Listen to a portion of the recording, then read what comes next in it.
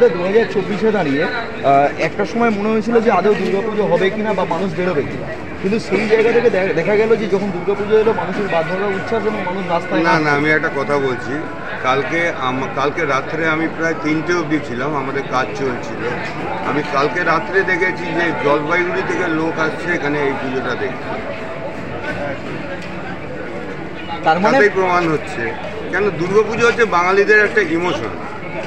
আমরা ছোটোবেলায় 6 মাস আগে থেকে বাবা মাকে বলতাম কটা জামা পাবো, কটা প্যান্ট পাবো, কোন মাসির বাড়ি থেকে কী পাবো কাউন্ট করতাম, সবাই মনে হয়।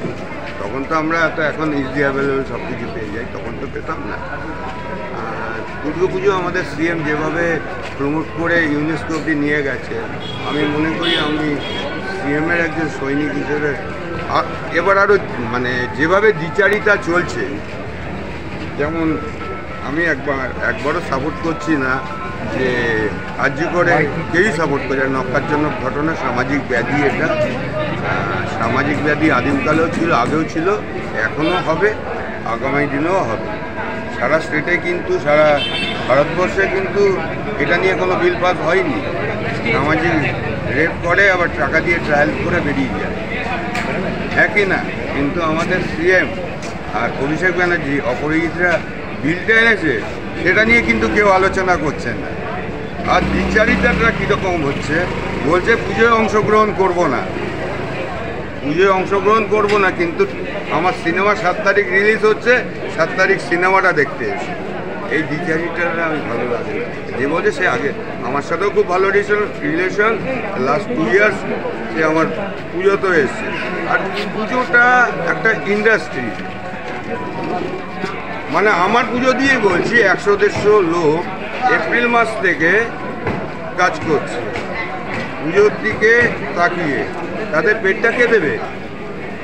আমরা পুজোয় অংশগ্রহণ করবো না, পেটটা কে দেবে? পেটটা তাহলে দিক, দেখি কার কত দম আছে, তাই না? আমি খুব সোজা সাপটা কথা বলি। আর সিএমের একজন সৈনিক হিসেবে আমার নেতা অভিষেক ব্যানার্জি, দেবরাজ চক্রবর্তী, অদিতি মুন্সি থেকে পারমিশন নিয়ে আমি আরও জেদ করে আমার সাধ্যের বাইরে গিয়ে পুজোটাকে এবছর আরও বড় করেছি। বলবো দুর্গাপুজো হলেই একটা কথা সবার মাথায় আসে, উত্তর বনাম দক্ষিণের লড়াই। সেই জায়গা থেকে দাঁড়িয়ে এবার যে তোমার পুজোটা অন্য পুজোকে অনেক জায়গা দিয়ে ছাপিয়ে গেছে, তার কারণ অনবদ্য লাইট সজ্জা, অনবদ্য প্যান্ডেলের মধ্যে কি বার্তা দিতে চাইছে সাধারণ মানুষ? না, এই কন্ট্রোভার্সির মধ্যে যাব না। আমি আমার কাজ করি, দর্শক বলবে উত্তর ভার্সেস দক্ষিণ, না দক্ষিণ ভার্সেস উত্তর, পূর্ব না পশ্চিম, সেটা দর্শকই জনার্দন, দর্শক সেটা প্রমাণ করবে এখানে এসে। আমি এইটুকুনি দর্শকদের কাছে আবেদন করতে পারি, আসুন, কিছু চমক আছে। থিমের মাধ্যমে তুমি কি বোঝাতে চাইছো, কি বার্তা থাকবে? থিমটা তো তরঙ্গ, এইসব ব্যাপারে তরঙ্গ টোটালি আমার শিল্পী দেবাশিস বাড়ির কৃতিত্ব। দেখো, আমি নট শিল্পী, আই এম নট আর্টিস্ট, সেই জন্য থিম নিয়ে আমি বেশি কিছু বলতে পারি না। শুধু আমি আমার শিল্পীকে বলেছি তুমি যেটা ইচ্ছে করো। শিল্পী যখন আমার সাথে ডিসকাস করেছিল তখন আমি বলেছিলাম তুমি যেটা ইচ্ছে করো, যত দূর অবধি যাও, যতটা ভালো করো, আমি আছি, আমি ব্যাকআপ দেবো যেভাবে হোক, বা ইউ ক্যান গো। এটা যদি লাস্ট প্রশ্ন করবো, সাধারণ মানুষের জন্য কি বার্তা থাকবে? আসুন, দেখুন, চমক আছে, আসতেই হবে। কি একটা আমরা টিজার দিয়েছি, নজর কাড়া, তাই তো। এবার 64 বছর পদার্পণ করলো, আমি পুজোটা হাতে নিয়েছি 3 বছর।